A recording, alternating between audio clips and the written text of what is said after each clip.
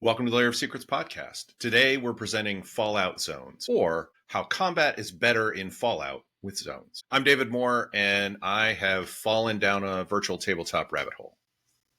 And I'm Ken Newquist, and I'm spending far too much time hiding from xenomorphs. But we'll get to both of those things after we talk about Fallout Zones. So recently we've been playing Fallout on Lair of Secrets, and one of the things that's a little different in Fallout from a lot of other more traditional games like D&D is the use of zones. So what are they? Why use them? So they're an abstract way of representing regions and distances in a game. Rather than using squares, they represent an area.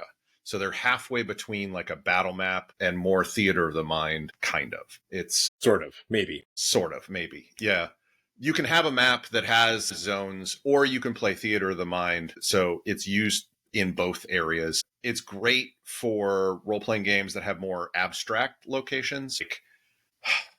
Like, you're fighting on the outside of a building with a couple of balconies and you're moving up and down between balconies.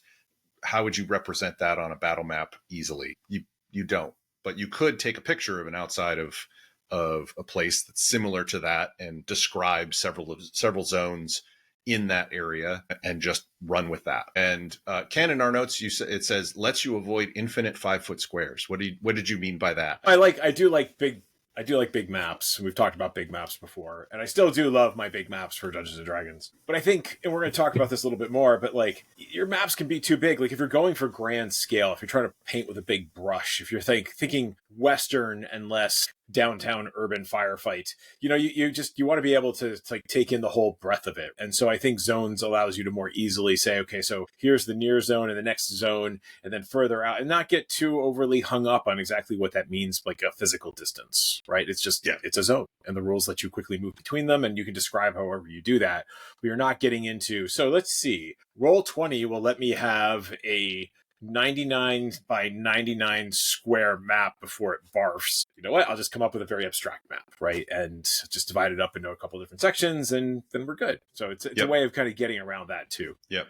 And it kind of gets around like how Cyberpunk does it, which is in feet. Yes. And, there's a lot of things, a lot of weapons in Cyberpunk that have different 2-hit ranges and things like that, depending upon how far you are. And I think a lot of those could be broken down into zones. And that's kind of how it is with weapons in Fallout. But we'll get there. Why don't you go over what the zones are in Fallout? So there's 4, maybe 5. It depends on how you wanted to find the zones. This is actually one of the things we struggled with. But so there's reach. That's starting right next to you. So that's arms reach out. You're close. It's not like its own zone, but like you're fisticuffs, right? You're somewhat close to one another. Yep. Oh, no, wait, you're not close to another one, because there's actually close is any distance within the zone you're in, right? So this is what tripped this up a little bit. But close is like, if you think about it as like, I don't know, the 20 yard from the 20 yard line in a football game to the end zone, right? That might be a zone, right? You're all like, you could reasonably get to someone pretty quickly within that area. Then medium is a distance of one zone. So you're stretching it back out again. And so maybe you're now out to the 50 in football. Gosh, I hope our listeners have some idea of what football is. Yep. Anyway, you've got like another like 50 yards or something away from you. You're going to have to move to get to it, right? And then long, well, now you're going to the other end zone, right? And so like you're at the other side of the football field or the soccer field or whatever. Obviously, like you're not going to get there in a single round. You're going to have to run and huff it to get to the long distance zone. And then extreme is basically 3 or more zones away. So now you're up in the stadium seats, right? And so you're out in the parking lot. Maybe, right? So I think that has interesting things, going back to what you were saying with Cyberpunk, right? So, if you want to have a character who's got that sniper rifle slung over his back, right, and is ready to kind of line up the shot, I think the zone system just makes it a lot easier, because let's just say you're in a soccer stadium and you want the person like on Overwatch, right? And yeah, he's at a long distance. He might even be in an extreme distance on where you put him, but you don't actually have to map all that out. You can just say here up on in the nosebleed seats, yeah, that's the long zone. And then the people who are actually doing stuff on the field are in these other zones. So anywho, that's basically what we're talking. So added into that, I'm glad you brought up stadium seats, because that nicely segues. I don't know if that was intentional or not. Nicely segues into the next one, which is like what impacts movement and weapons with these zones. Difficult terrain, which, as anyone who's ever gone up and down stadium seating stairs or tried to run up or down the actual stadium seating, if they're like benches, that's pretty difficult to do. So if you're trying to move through a zone that you're already in that has difficult terrain, it's going to slow you down. Right. And in Fallout, Fallout 2D20 has action points similar to Fallout 4 and the Pip-Boy action points, but this is used as a currency similar to like fate points or bennies, but it allows you to do more actions during a combat, and as well as other things. So if you're trying to move through difficult terrain, if it's like thick mud, you're going to have to spend an extra action point, an extra AP to move through that particular zone. If it's like a steep slope or fast flowing water, it can go all the way up to 3 extra action points. And the next side of things are obstacles. So you've run down this difficult terrain in the stadium seating, but now you're at like the fence line that you have to get over in order to get onto the field at all. I would consider like that an obstacle, or like a chain link fence or a shallow stream. They hinder your movement, and they technically exist between one zone and another. And this is where that 5-foot square stuff goes out the window. Like it's between one zone and another, and it is a no man's land. It does not exist in terms of a character cannot stand there normally. And so say you're jumping over a wall, that's going to require some extra action points to go over. So like if it's like a waist high wall that you have to jump over, that's just one extra action point, but that moves you from the one zone into the other one, crossing that obstacle. Yes. And then the final thing is hazards, which is there are certain things that will fill a zone or take up part of a zone or maybe multiple zones. Kind of actually allows players, actually, if they want to like set up traps and things like that, it allows for very quick doing of that. So if they want to set up some minefields, if they run into a mine, if whatever is running up to it gets within reach of that mine, the mine explodes. So that's, and again, this reach and close is a thing because in the book, it says frag mine triggered by close proximity, parentheses, entering within reach. So please don't use the word for close, which is a zone name in a definition of how it gets triggered. But another one was like a shotgun trap is triggered by a quote unquote pressure plate, but that is triggered by entering a specific zone. Right. And while Ken earlier was saying, using the football analogy, zones are not a fixed size. So they can be very big or very small, depending upon how the GM wants to split things up and maybe how difficult it is to move between things as well. Right. So I think it's cool, like just talking through it, I can think of setting a scene in a bombed out stadium, right, where you've lost a ball and it opens up onto like the city beyond, and you've got, somebody's like built a fortification in the middle of it, right, because you're going to try to defend yourself. And so you've built a moat and the warning track running around the stadium, and you've got like some razor wire set up as obstacles, and you've got people up above like just watching in and out of the stadium. So it feels very, very Fallout in that regard. And I think the other thing that's really nice about it is like, and so in our adventure, you had set up, the town, and so you're going to have a walled town, because that's one of the things you do in Fallout, right? And so you've got, the walls, you've got looking out onto the immediate field, and then you've got, so that might be close, and then, or maybe the wall itself is close. It's not an obstacle in this case, but then you've got, you've set up some razor wire that presents an obstacle between the close zone and the, sorry, I'm using my right term. Between one zone and another. Right, yeah. Right. And so you could set up this whole like halfway between theater of the mind and an actual map. And no, I meant here. And like you sketch it out, right? But you don't have to care about exactly how many feet that was. Right. And you might have caught how we got kind of tripped up by zones, and I'm imagining other people will too. Like close, medium, far, extreme is all relative to the particular point of view character that is active at the moment. So, what is close to me could be extreme for Ken's character. Right. But then the same thing, it's so when you're talking about when you're trying to describe it, theater of the mind, saying something is close can be confusing for some players, especially if they're technically at extreme range. But like right outside the wall is a zone, or up the side of a hill is the next zone over. Right on the other side of the hill is yet a third zone, and then depending upon where people are, will determine if it's close, medium, long, or extreme sort of thing. So I think representing it, you've basically got three options. You've got like theater of the mind, right? So we did a lot of that actually, which I think for the most part worked out pretty straightforward. I think you had some fairly basic zones, so it didn't get super complicated. The next would be like visual zones. So you actually did a map of that for our first adventure, which was just kind of like your regular, it could be just like your regular battle map, but like without any grid, and you just kind of like draw some lines to indicate where the zones are. I've seen at Gen Con for other games that use this using index cards, right? So you just, this is the river, and this is the other side of the river, and this is the bombed out building, right? And then each of those end up being a zone, and you just throwing down index cards really quickly. And then the last one is actually just an honest to gosh battle map, right? There's nothing that prevents you from doing that. I think you had done that for our first scenario, right? Like you just sketch out, and these are what the zones are going to be.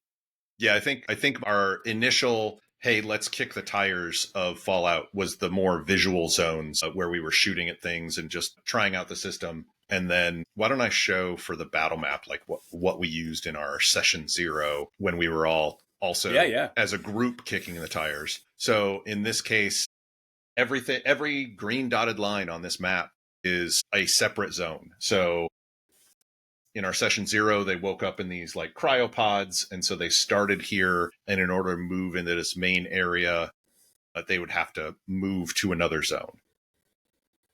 And then knowing now, I hadn't known about the obstacles part when we ran this because we were all learning the system. But I would say in some cases that these cryopods would either serve as cover or serve as an obstacle if I had split this up into a couple more zones for this main big area. But this is kind of a small room, so I didn't want to have like a ton of different zones. But I did want it to be kind of difficult to or take some time to get in and out of a cryopod. So it takes a minor action, but it wasn't too bad.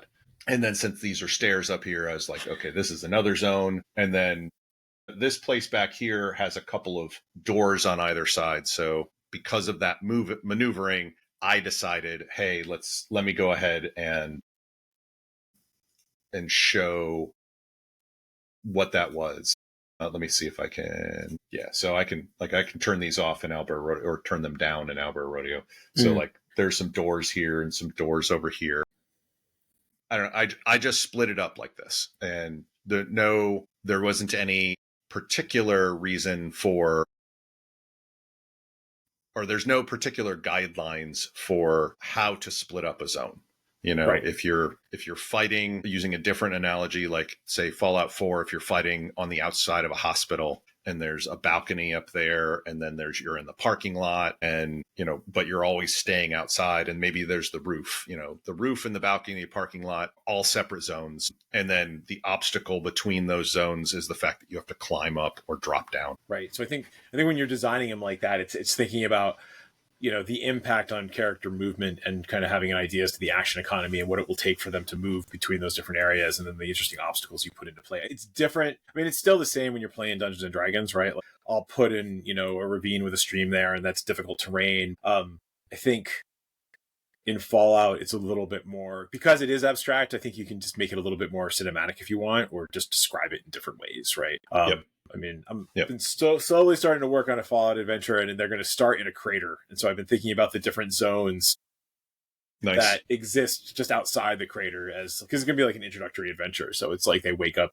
near death, and then we'll have to go try and find the people who tried to kill them. And so like dragging your way through the mud of the crater, and then what lie on the other side of it. So it's a cool, I think it's nifty in how it can be used kind of from that cinematic descriptive way. Right. And it doesn't have to all be an honest to gosh map like you were just showing. Yep. For sure. And I do think it's also going to that. There's the action economy of being in the house, right? So if you think of your average horror movie, or heck, just being in any one of the abandoned buildings in Fallout, right? Like you're in Boston, and so you go in, and some of the party goes upstairs, and somebody goes into the basement, and horrible mutant monster comes out of the basement, and now you're upstairs.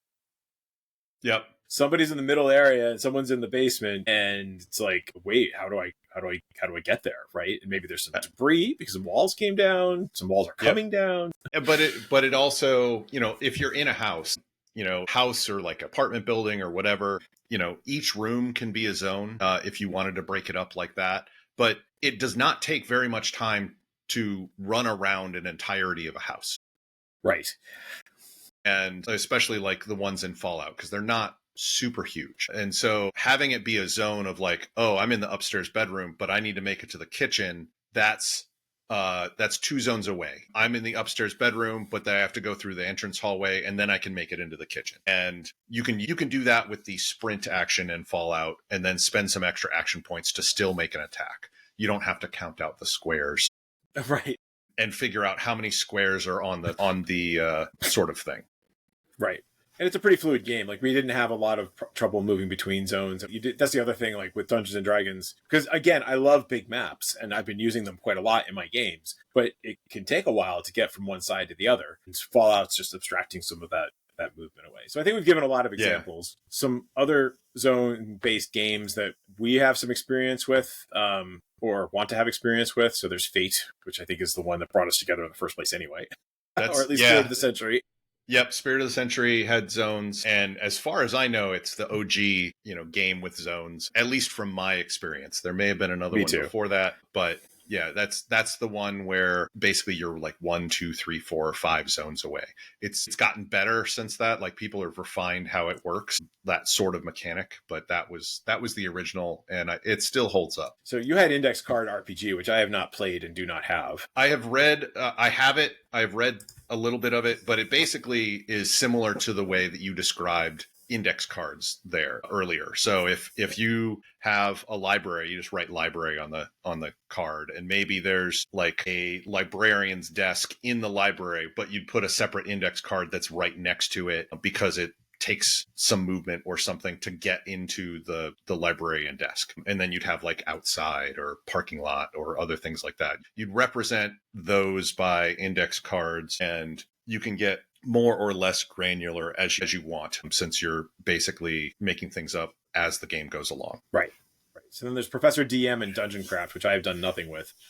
Yeah, he has an interesting setup for zones. It is kind of zones in the round, kind of like theater in the round, but he's got a thing. It's about 2 to 2.5 foot diameter, and there's basically 3 zones, and he does things a little bit differently. Like he has run a Frankenstein game, and you're trying to get to the lab, and the lab is in the center of that. And maybe the courtyard of this castle is that middle zone, and then the walls of the castle are like the outer part of the zone. And if you're in front of the castle or the back of the castle, you'll move around within a zone. So he does zones a little bit differently than, say, Fallout 2D20, but it seems it's really nice and portable to do, and you can still have some terrain features and some visual elements that are interesting, but it's nice and compact, and you don't have to like spread out an entire war game table in order to play it. So there's Alien, which I have so many books for and have not played yet, but I'm going to do that one of these days. That's the Year Zero system, so they share that mechanic. Forbidden Lands, which I've been talking about, and I actually did an unboxing not too long ago, which I'm looking to do some Forbidden Lands. And then there's like kind of zone adjacent, like Shadowdark introduces some like aspects to it, right? Because you have Close, which is like you can move 30, and then there's, I can't remember the second one, and then there's like Far.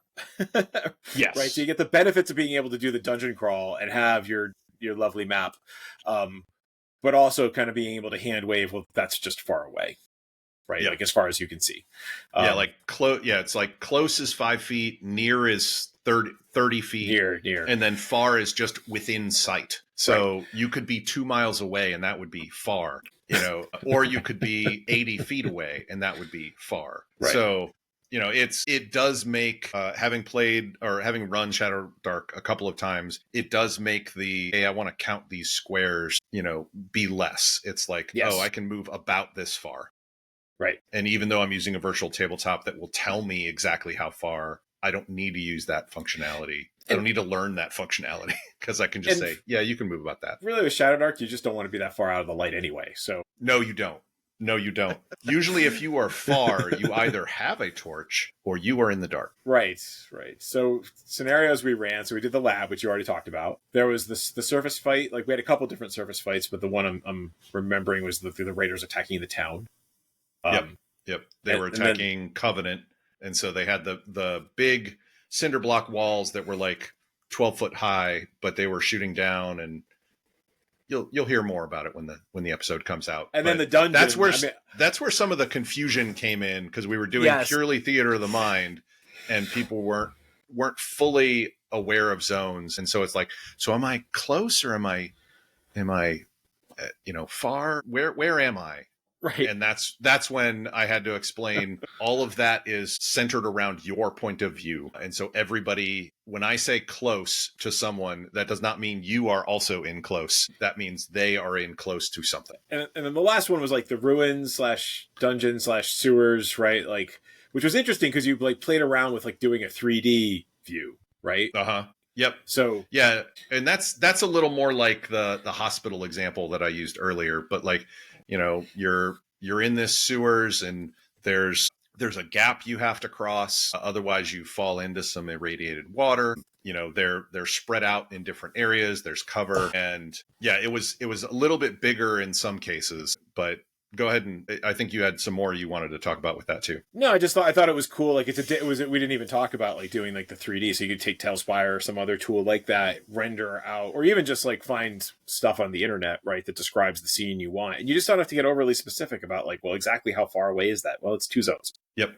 Makes it easier for you as the DM. Yeah, it really allows you. One of the things that I've done is you can go into camera mode in Fallout 4, and you can, go and that hospital example, you can take a picture, just a screenshot of that hospital area, and go, okay, well, here you're on the street, which is one zone, and the parking lot's another, and the roof is another zone, and the entryway is another zone. And you can just kind of sketch out where those zones are, either physically sketch it out or verbally sketch it out. And it makes it easier for people to understand where they are, and how far things are if you have that picture. Yeah.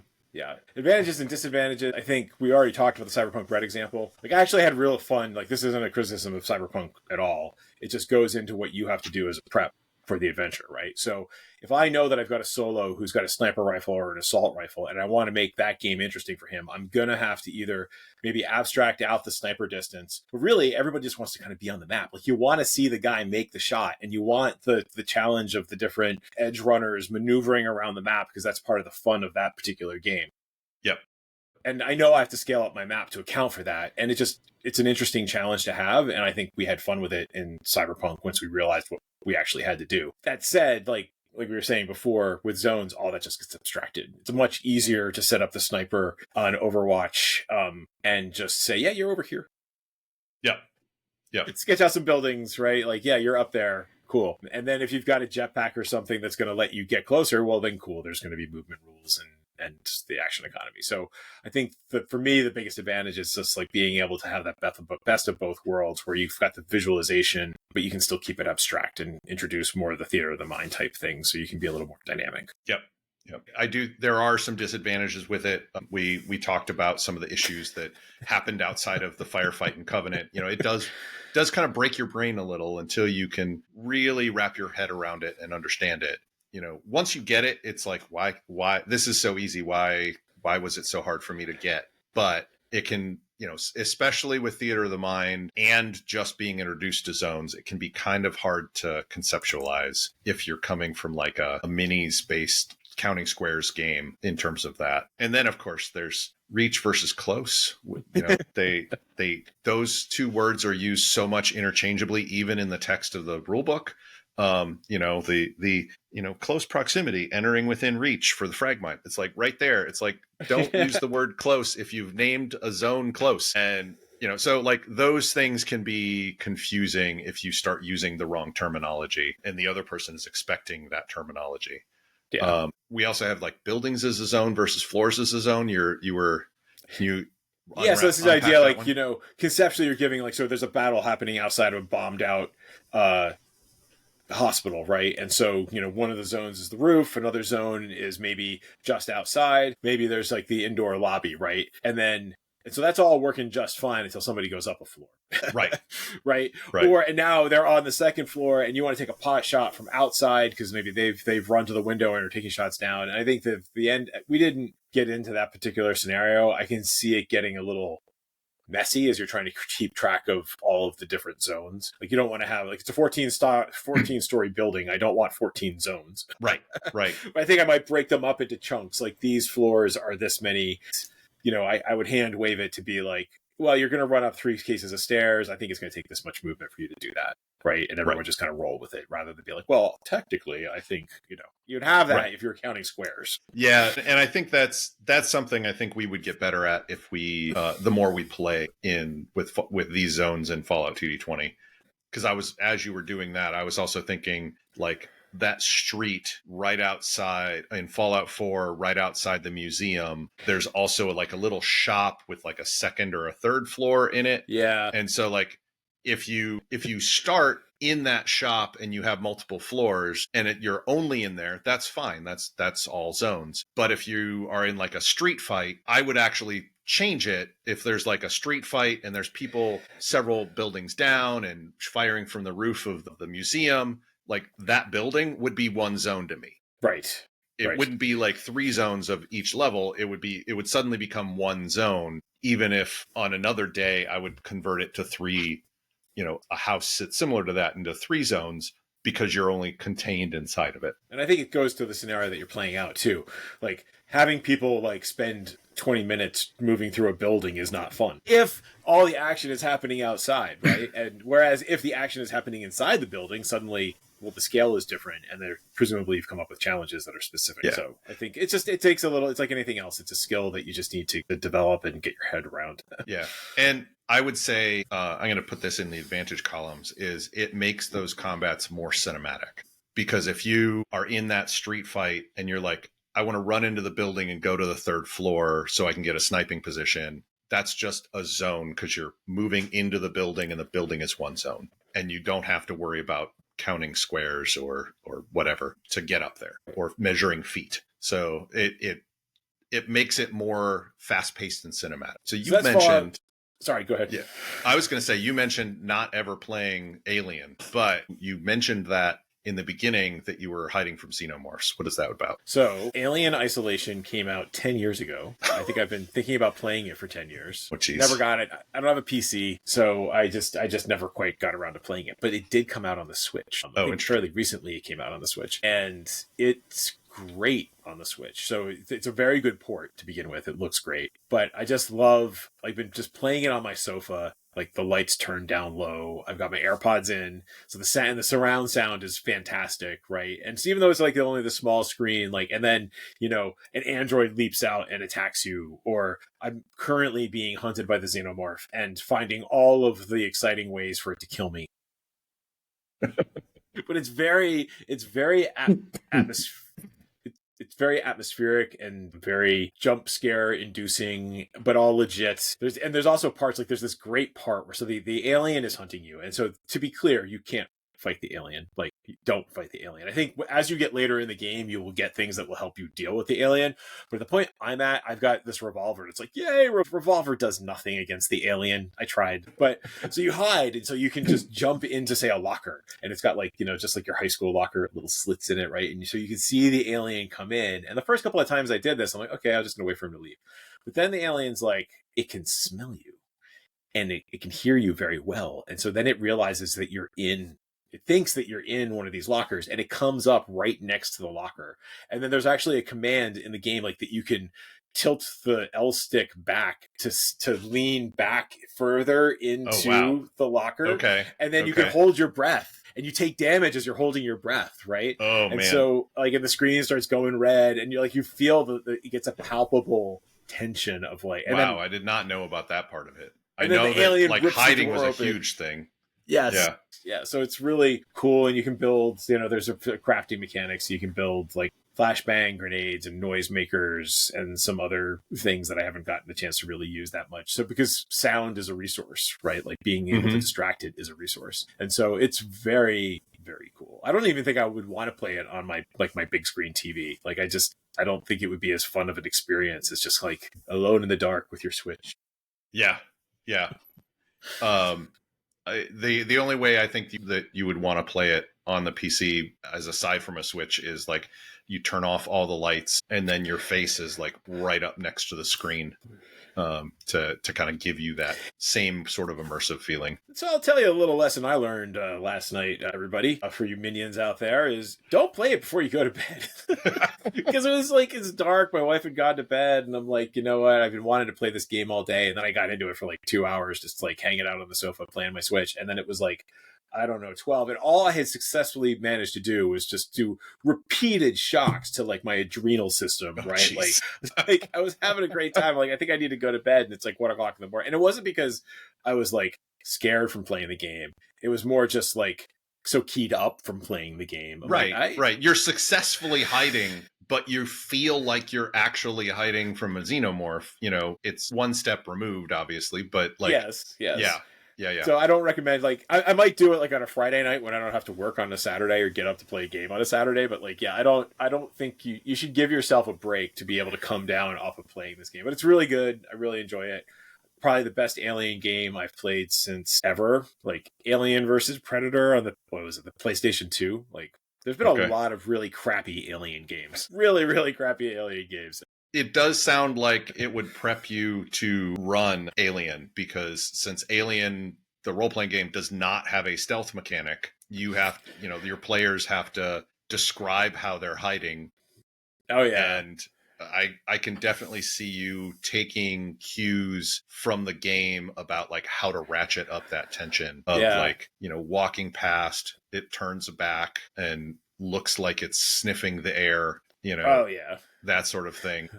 Yeah, no, it's definitely, and it's set like in a, very alien-esque, like ruined, like space station that's actively falling apart. It's got a couple of different characters that get themselves killed off. Like and you're playing Amanda Ripley, who's Ellen Ripley's daughter. She's trying to figure out what happened to her mom. So like it starts off by you're trying to recover the flight recorder from the Nostromo. Someone has found it, and now you're attempting to do something about it. But it's like so much better than... This is like before Ripley's actually found, right? Yes. Okay. So this is because I mean, in Aliens, Ripley awakens to discover that her daughter has died, but you don't really know anything about her daughter. This is like the backstory. So she's like, it's 15 years after the destruction of the Nostromo. So, gotcha.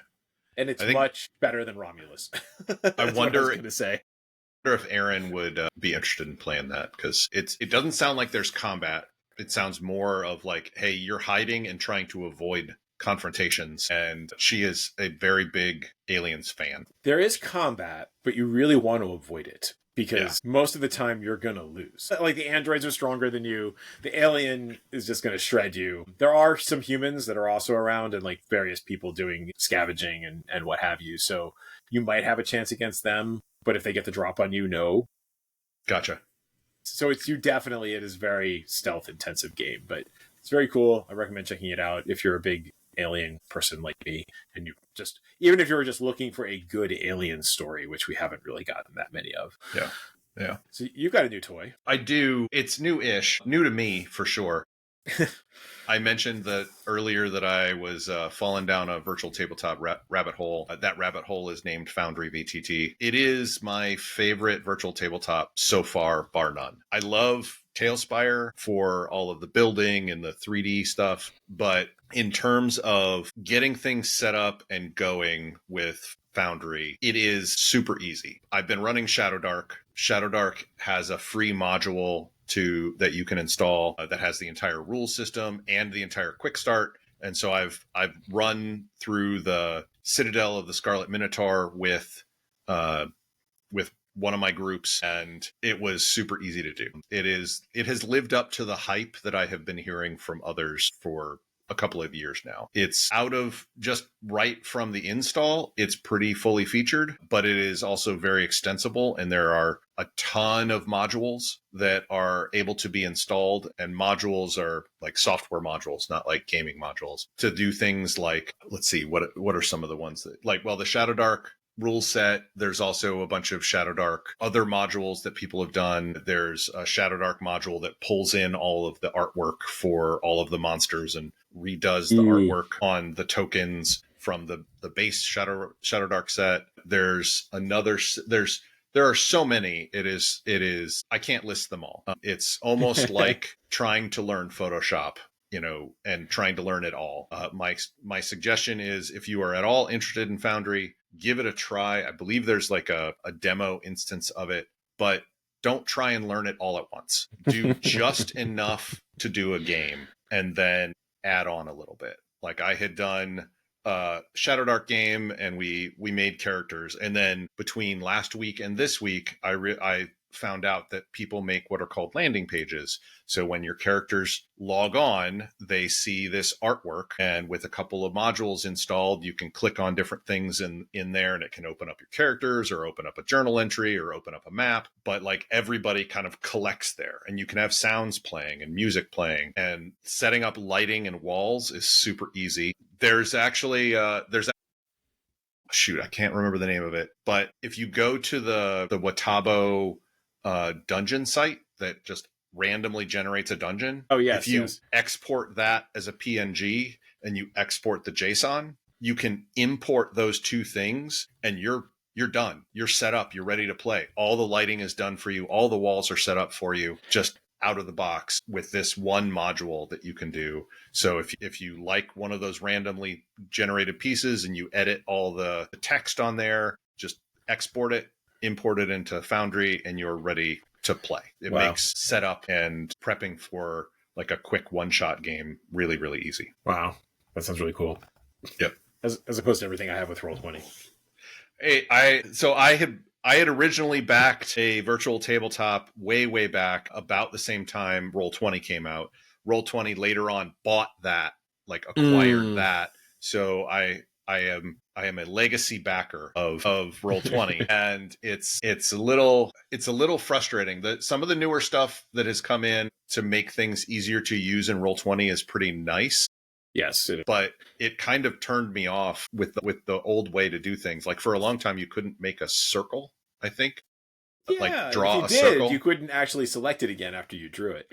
They fixed that. So, but like it's stuff like that, and then Foundry and other things have come out since then that has been forcing Roll20 to go, oh, we're not the only kid in the candy store anymore. We gotta do better. So I'm glad for Foundry to make everybody who really likes Roll20 to make your life better too. Yes, So, I mean, Roll20's worked okay for what I'm doing. I just played it. I just did Shadowdark myself for the lunchtime game. Dynamic lighting worked out pretty well, but it's still a little bit clunky. And we used it. Yeah. We used it for Cyberpunk Red, and I think it looked really good in Cyberpunk Red. But you do have me thinking about when I have a spare moment playing with Foundry. Yeah, it also scratches a very particular itch of mine, which is I can self-host it. You can pay for hosting elsewhere. You can host it out on the net. I host it on a Mac Mini in another room of the house. And during a game, I can map a port so that people outside the house can log in, and then I can close that port at the end. I can do all of my planning and everything like that. Even if the internet's down, I can still run Foundry and still do all of that. And I don't need to worry if a service is down somewhere. And if Foundry goes out of business, I still have Foundry. Yes. So pretty cool. Definitely worth checking out, I think.